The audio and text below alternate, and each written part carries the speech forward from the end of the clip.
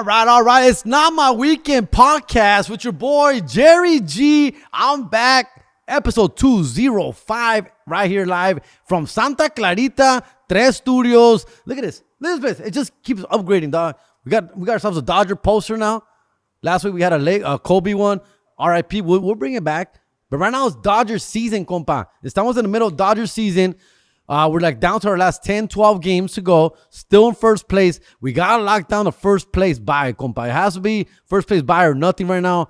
Let the Diamondbacks y los Padres que chinguen a su madre, que se maten los dos cabrones in the wild card games. And after that, we'll take on the winner. And whoever we play, it's going to be a tough series, dog. But we've dealt with this before. We dealt with the Diamondbacks. They whooped our ass last year. We dealt with the Padres 2 years ago. They whooped our ass too, dog. There's redemption. This is redemption, bro. And no excuses, compa. Okay, no excuse. We have Ohtani, peak level. Ahorita Ohtani playing great ball. We got all our pitchers coming back slowly. We got pinche Flaherty balling. Yamamoto is back. Look, all right now we're just setting the table up for our playoff run 2024. This is a critical year, guys. You know how much I love my Dodgers, and I pay attention to pretty much every game. I watch about 90% of Dodger games. If I'm on the road, I'm on the Major League Baseball app. I'm doing what I can. I try and go. I went to about 5-6 games this year. Not as many as I usually do. I average around 10 to 15 a year. I've only been to like 5 this year. Baby's mama has been holding out on me. Apparently, there's a new boss in town. She's holding the tickets back. Whatever. But listen, dog. This is a critical year for the Dodgers, bro. Yahweh, enough is enough. We've been making the playoffs since 2013. 11 years of postseason games. 11 years of postseason baseball. To only have one championship in 2020. A championship that I will always credit as a real championship because it is. It's a real championship, guys. Okay? Every team was involved. Every team was playing the even field. In the bubble or wherever you think you were playing, you were playing. We had no fans cheering us on. Okay, we were doing this on our own, and every team was there, bro. In fact, more teams were added to the playoffs than any other season that season. Okay, they went like top 8 from each league were in the playoffs. Usually it's top 6. So more teams were added. In fact, I think it was top 10 from each league were into playoffs. It was a hard-fought series, and we got lucky. We could have easily lost to the Braves. All right, we could have easily even lost to the Rays if they wouldn't have taken Blake Snell out early. We could have lost that game. It's a well-deserved championship, and it is. Now, we did get robbed by not having a parade that year.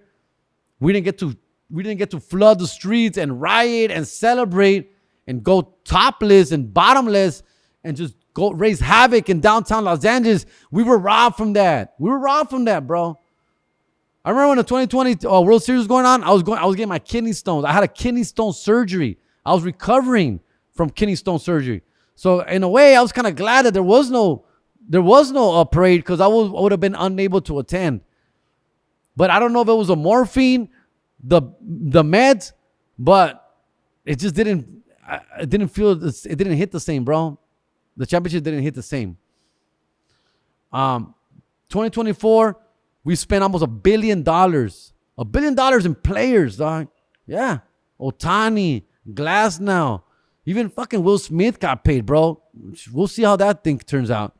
We got Mookie Betts, bro. We got a top quality team, bro. With no excuses. None. The playoffs are going to show a lot, bro. And if we lose, dude, I will be very disappointed. Very disappointed. And very upset. Very mad. And I've told you guys many times, dog. I love Dave Roberts as a person. He's a great guy, bro. But he's also been in the top. He's been leading us for about 10 years now. I think 8 or 9 years. He's been in the playoffs every season, bro. He's the only guy in us one championship. We would have had any other top tier manager. We would have had more than one championship. Dusty Baker, Bruce Bochy. We would have better manager. We would have had more than one championship, dog. So it does come down to our manager as well. He's going to take the blame. He's probably going to get fired if we don't win the championship, fool. And I'm okay with that. All right? I'm okay with that. I was actually going to start with something else. I forgot what I was going to start with that. But I'm happy to be here. And oh yeah, I want to give a shout out to my producer Eric is here today. I want to give my shout out to my other satellite producer Ruben, who's out there. He's a truck driver. He helps me load up my stuff, keeps my link tree on tact. Shout out to Ruben. He's doing great things out there. We got the little homie Eric right here today. Concrete is somewhere here in the studio. He'll check in a little bit. Got my manager Marty, dog. We got the Perritos only tour here today. We got Edgar. We got Jay Valentino coming through today, fool. They won't probably be participating in the podcast. I'm going to do a quick 30-minute podcast checking in with you guys. Episode 205. All right. And look at the studio, bro. Look at the studio. It's pretty, dog. Little spit shine, dog. Got the little basketball court here. Little rim. Look at the Jerry G fucking logo. We got the Dodgers. We got a traffic light signal. Okay, that's a reminder. Dude, I've told you, I'm about this close to lose my license, compa. I got a speeding ticket like 2 weeks ago, dude. I already got a DUI. So a DUI already gets you 2 points. Then I got a ticket in December. I was able to go to a traffic school. So I'm back to 2 points. Then I got another ticket in April. I couldn't get a traffic school for that. So now I'm back to 3 points. I've got 3 points now, fool. Now I got another ticket. I just got a ticket 2 weeks ago in August. How many points can you have? That 3. After 3, you're fucked. You're done. You're done. So this fourth one, what I'm going to do, I'm going to fight it. Okay, I'm going to fight it. I'm going to extend it. First, you extend it. So now pushes it back to December or so. Then you fight it. You get court. That's another 3 months. So now I'm 6 months later, dog. And after the 6 months, I'm going to fight it. And at that point, when I go to court, I'm probably going to lose. I'm going to lose. All right? And I'm going to get a ticket. And then I'm at that point, I will throw myself at the mercy of the court. And I will beg and I will plead to your honor, to the judge. I will ask him, que tenga piedad en mí. Que tenga piedad en mí, por favor, señor juez.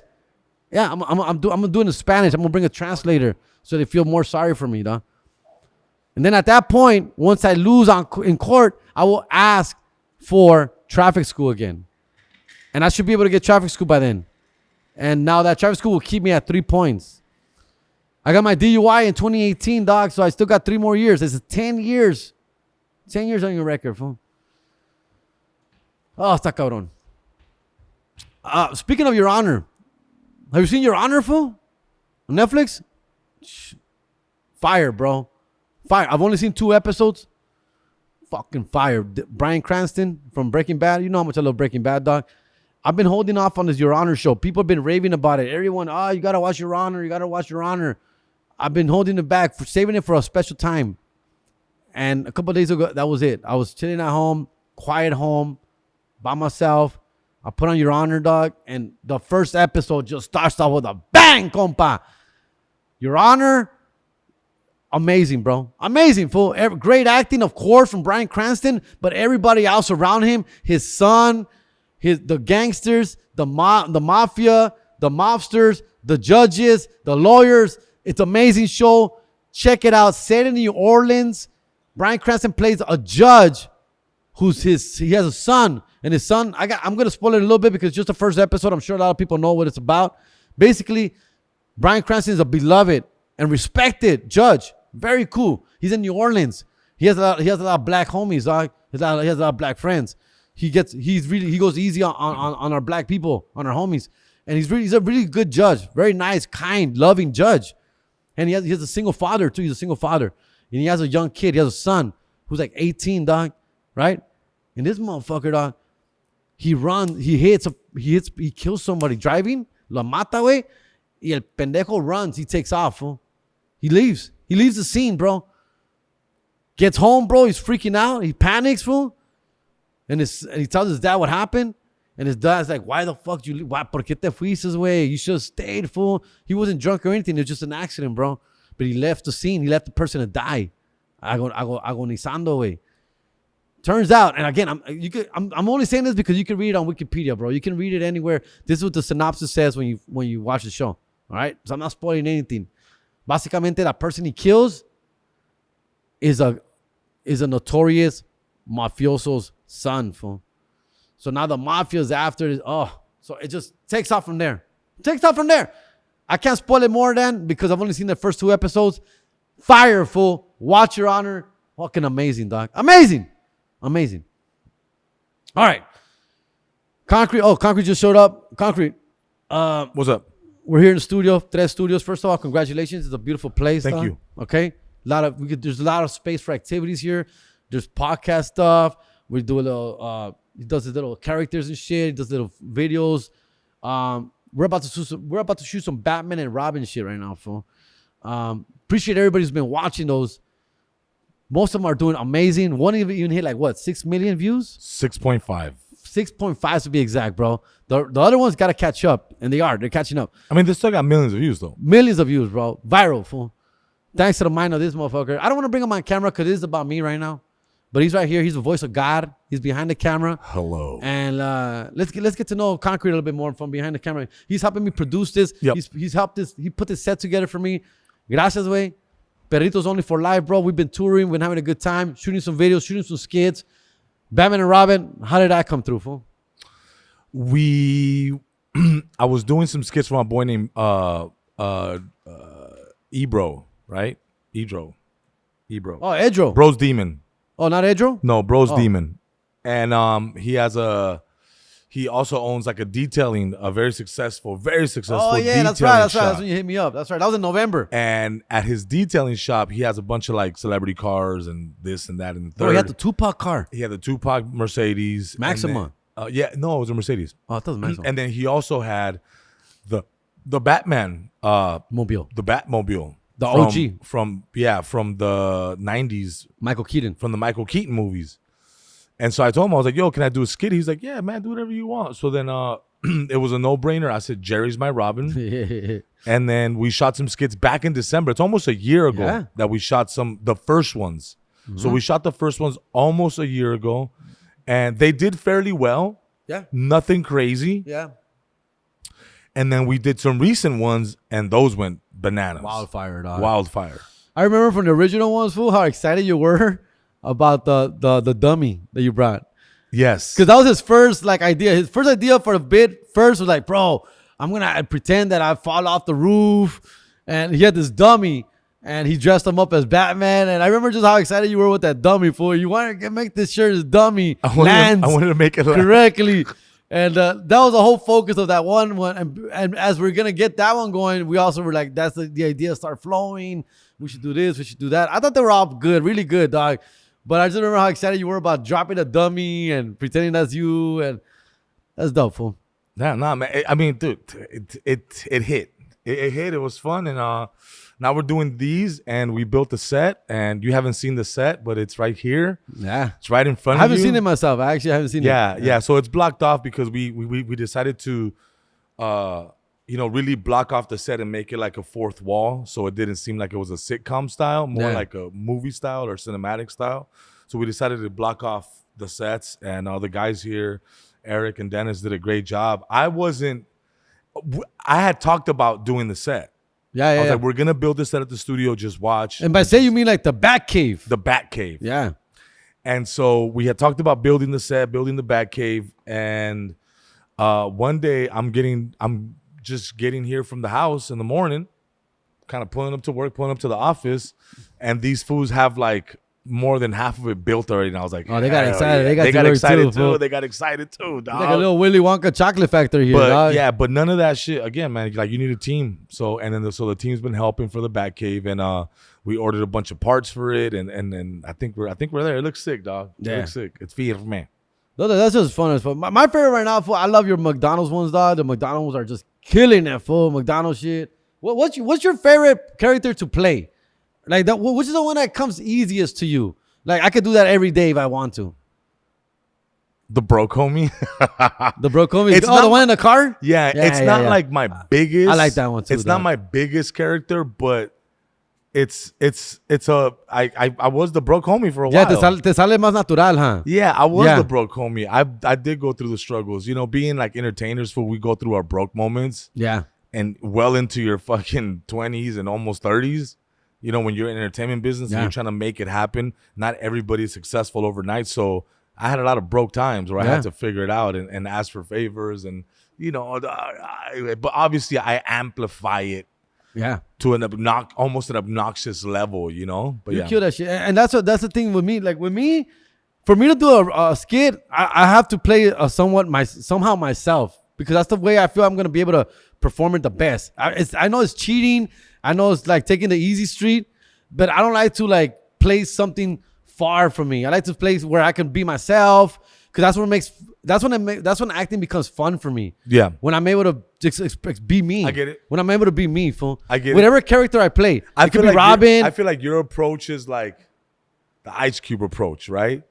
Like Ice Cube, it's like I can take his character in any movie. Yeah, he sounds the same. And replace the movie. Yeah. And I feel like it's gonna be the same, but he kills that character, Yeah. right?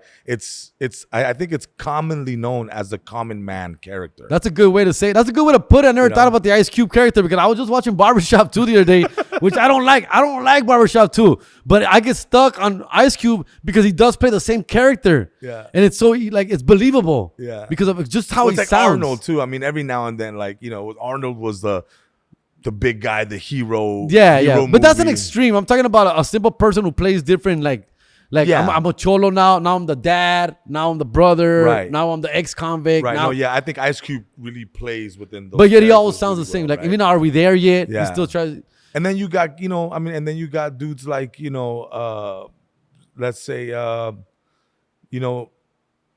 Leonardo DiCaprio, right? Oof, my favorite, bro. Where he plays a lot of different characters, a lot of different personalities, from people that were true story characters to just fiction characters, and he does it really well. Like he's really good at on my acting. podcast, fool. I talk a lot about movies, and I like to break down movies. And there's a running joke about when there's bad acting, I call it the Cornelio Reina School of Acting. You do know who Cornelio Reina No, is? I don't. Cornelio Reina is from Los Relámpagos. Ramón Ayala and Cornelio Reina, they were both singers con Los Relámpagos, and they had a bunch of hits together. And then they broke up, and when they broke up, Ramón Ayala obviously became Ramón Ayala, and Cornelio Reina became an actor. He did a lot of he acted in movies. Okay. And he was like the worst actor ever, fool. Like, he was a horrible, fool. You gotta watch Cornelio Reina YouTube on, fool. Like, his acting is like the worst, fool. So whenever I make fun of somebody like being a bad actor, which includes myself, I'm not always the best actor. Cornelio, when I make fun of myself, when I do a skit that que no salió bien or whatever, fuck, it's because I went to Cornelio Reina School of Acting, bro. That's basically where I'm from. But I like to break down movies, fool. And Leonardo DiCaprio is obviously one of my goats, bro. He is the goat to me, fool. Like, there's obviously the Departed. Departed movie, I was watching something where they said that Departed is a movie that was supposed to be difficult for Leonardo because the Boston accent, very difficult to pull off.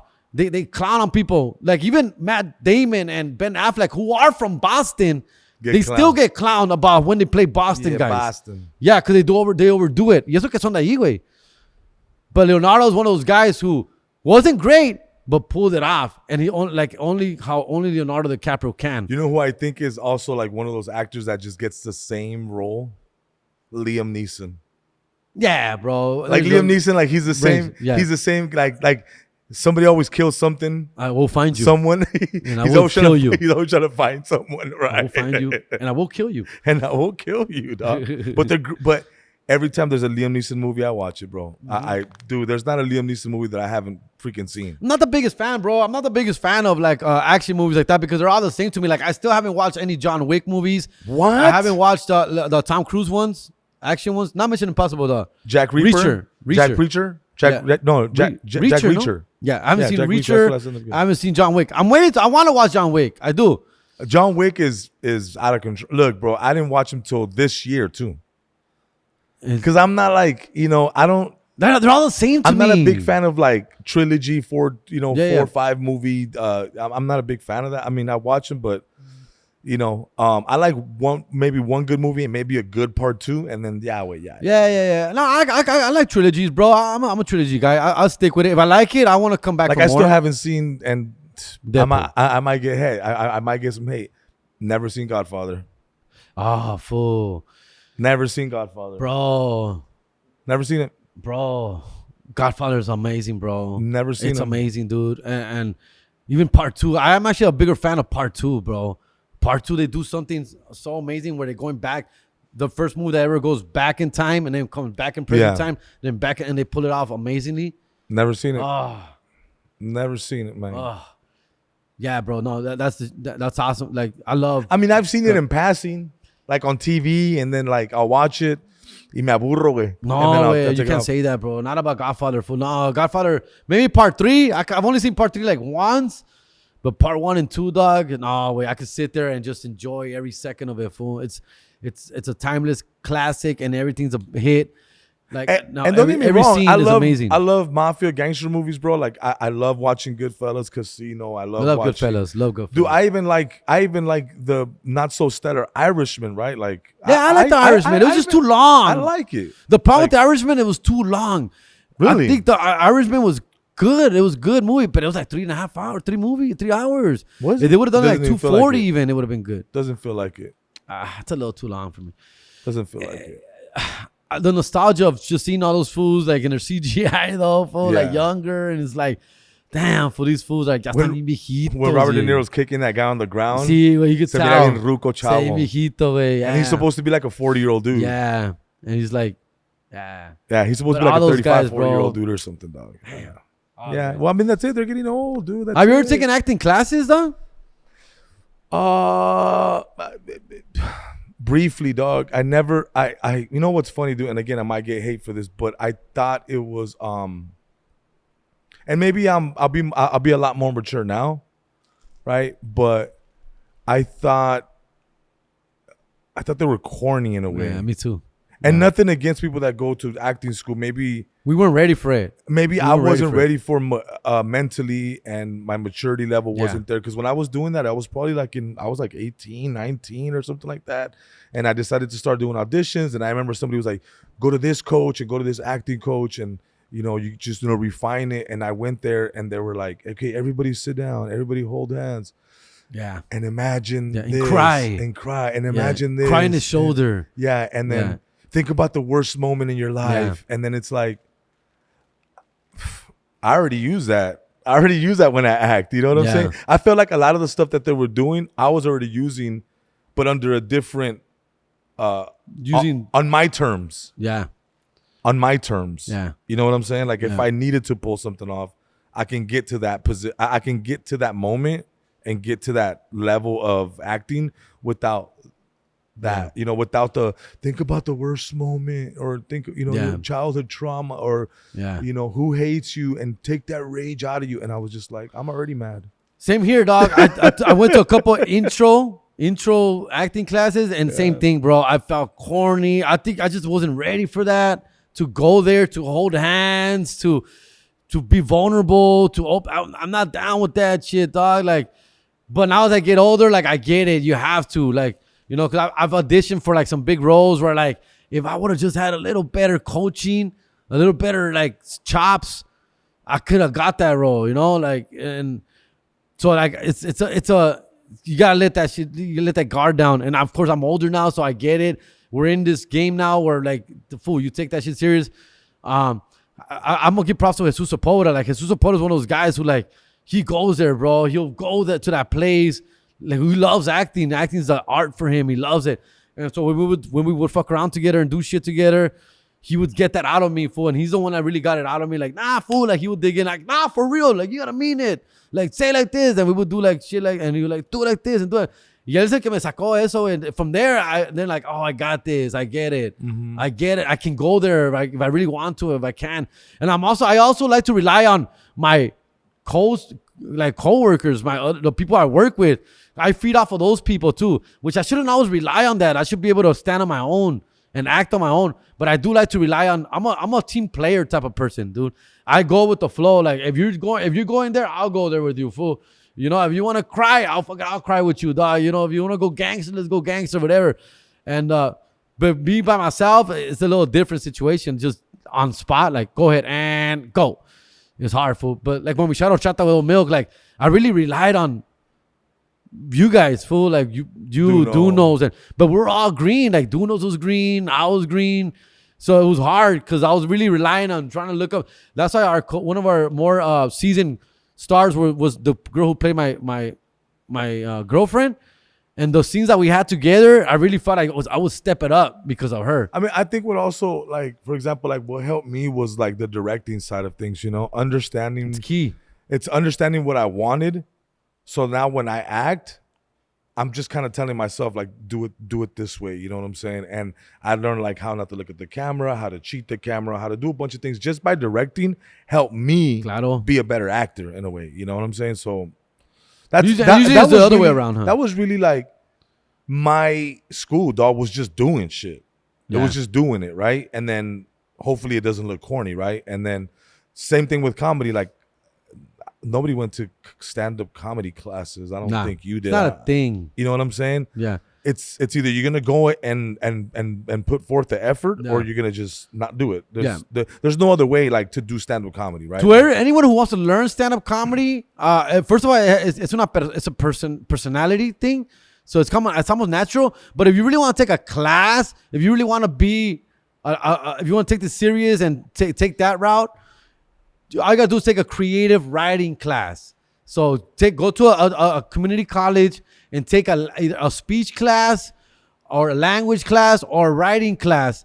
And trust me, that is what's gonna help you for like more than any actual class. I feel like that's part of it, right? No, if you really want to go that route, because then now you need to attach the biggest thing of it all is speaking in front of people. Yeah, speech class was for that. But speech class will teach you how to speak, but not necessarily like speaking in front of people. See, like I could speak to 1,000 people. Yeah. Right. And I can write something and I can read it to people, whether it's 1,000. But now you're adding the element of having them have a reaction on cue. Mm-hmm. That's the difficult part. Well, for me, that's where the creative writing comes in. You know what I'm saying? Like having them wordplay. No, I know, but on stage, on presence, in front of people, dog. Delivery. Everything goes out the water in front of like you. You can say I'm a badass fighter, but once you start fighting in the streets, all the everything goes out the window. Yeah. Everyone has a plan until they get the first hit. Everyone has a plan until they get hit, right? Yeah. So that's what I'm saying. It's all about like you can learn how to write, you can learn how to write a joke, but then it's like, to go out there and now not have the fear or not be embarrassed or not be things that are not teachable, bro. You can't teach somebody how to not to be embarrassed, bro. Correct. They have to go out there and do it. That's to me, it's the ultimate fucking thing. Pero por eso también te digo que todo empieza from a natural sense of like Absolutely. If this is your personality, if this is who you are, that's what it's gonna be easier for you because that's what you are. That's who you are. Some people just want to be comedians, but that's not who you are, dog. I don't know. It's hard to explain. That's just not. I see new comics up there, and I'm just like, you're forcing yourself to be funny. You're forcing yourself to be somebody you're not. So to me, I'm like, this isn't for you. That's just how I see it. Sí, si se te hace difícil on just how being again, it comes natural, bro. Like, how do you start? My question to you is like, how bad do you want this? Do you really want to make people laugh? Are you willing to get not laughs or fail? Are you willing to get embarrassed? If you're willing to do all that, then go for it, dog. I would never stop anybody. Te vale verga. Si te vale verga, te vale verga. Yeah. I love comedy, bro. Like it's like I love the whole science of it, dog. Everything and you just talk about like making people react and giving them cues on cue and shit. On cue, bro. On cue. Things just turned off. But that's fine. You're still rolling. All right. Eric, I'm freaking out here because the little camera turned off, but is that cool? You're fine. All right, cool. Anyways, what time is it? Let's wrap it up here soon, fool. Yeah, you got 5 minutes. Hey, let's go over some of the shows. Hey, Marty, did you send me the shows? All right, let me see here. Shout out to our manager, Marty. Perritos Only Tour. We got a bunch of dates coming up. September 12th, which is, no, ya pasó, güey. Ya pasó ese, güey. September 27th through the 28th, Denver Improv, September 27th through the 8th, Denver Improv. October 3rd, Las Vegas, Wise Guys. That's going down with Do Knows and myself. Denver Improv is with Concrete and myself, dog. So that's going to be dope. October 3rd, Las Vegas, Wise Guys. October 12th, Saturday, Oxnard Levity Live. 2 shows, Saturday night. Do Knows, Jerry G, Oxnard Levity Live. I love Oxnard, dog. October 25th, Fort Worth, Texas. Hyenas Comedy Club, October 25th. October 26th, Dallas. Hyenas, Dallas, Texas, dog. Hell yeah, we coming, bro. We coming. Morongo Casino, November 6th. Se pasan. All right, I think I have one more thing to talk about before we leave. I forgot what it was, fool. Shit, should have wrote it down. Oh yeah, so my son, my little one, he's 10 years old. He's just turned 10. He's playing football. All right, tackle football, dog. I'm not a fan of it, dog. I don't like it, dude. Okay, I'm not down with the football, bro. My other 2 kids who are in high school, they've been basketball and baseball heads. Have never want to play football. Gracias a Dios. The little one, for some reason, likes football. The good news is that he sucks. That's the good news. All right? So he's not playing a lot. He's not getting a lot of play time. But he's out there in the field. The rules state that they have to play at least 10 downs. 10 plays. 10 plays. 10 snaps. 10 snaps. There you go. He has to be there for 10 snaps. 5 in the first half, 5 in the second half. I'm pretty sure, judging by the team and by the coaches, they're not going to use him more than that, dog, okay? Because I love my son to death, fool. But first of all, he missed a lot of practice. It's too hot. Oh, I'm tired. I'm hungry. Second of all, on the first day of practice, he got hurt. He got injured on the first day of practice. He broke his ring finger trying to make a tackle. He hit a helmet with his hand. Broke little fracture away, little pinche hairline fracture away. I thought it was sprained for a long time. It took us a week to realize it was broken, fool. It was just kept getting more purple and more purple and more purple. Finally, all right, we're urgent care. It's broken. So he missed a whole month of practice, dog. So I don't know where you guys stand with your kids playing football. Now he's 10 years old. He just turned 10. So he's playing for the Junior Gremlins. Okay. I do kind of want him to go higher because the next level up are called midgets. And I just want to be able to say that my son's a midget. All right. And without getting in trouble. You know what I'm saying? You're fine. So that's literally the division, midgets. That's 12, I believe. And that's the next division up. I want to just say, hey, my son's a midget, dog. So please have respect, fool. I can say midget jokes too. He's not a gremlin. But man, he's a gremlin. I'm hoping. También, güey, esa edad, he's been playing since he was like 6, 7, 8. No, 7, 8, 9, 10. Fool, they don't really tackle that hard, bro. He's not getting no CTE, fool. At least I don't think so. I hope not. When I watch the games, they're just like grabbing, se agarran, se abrazan, güey, se tiran, güey. Some of them are making out. It's crazy, fool. He is a Raider, though. He's a Asuso Raiders. That's what I do like about it. I'm a Raider fan, dog, so I get to, put on my Raider gear. He has a Raider jersey on, dog. He's looking dope out there. And they suck. The whole team sucks, too, fool. So it's fun. The whole team it's sucks. fun, dog. And, like... Little Giants. It's like the little Giants, fool. And they're like... There's a bunch of Garcias, too. There's a bunch of Garcias on the team. So I'm just like... They're like, which is your... Oh, that Garcia, the one that scored a touchdown. That one. Even my son's on the bench and shit, just chilling. But anyway, I don't know how you guys feel about your kids playing...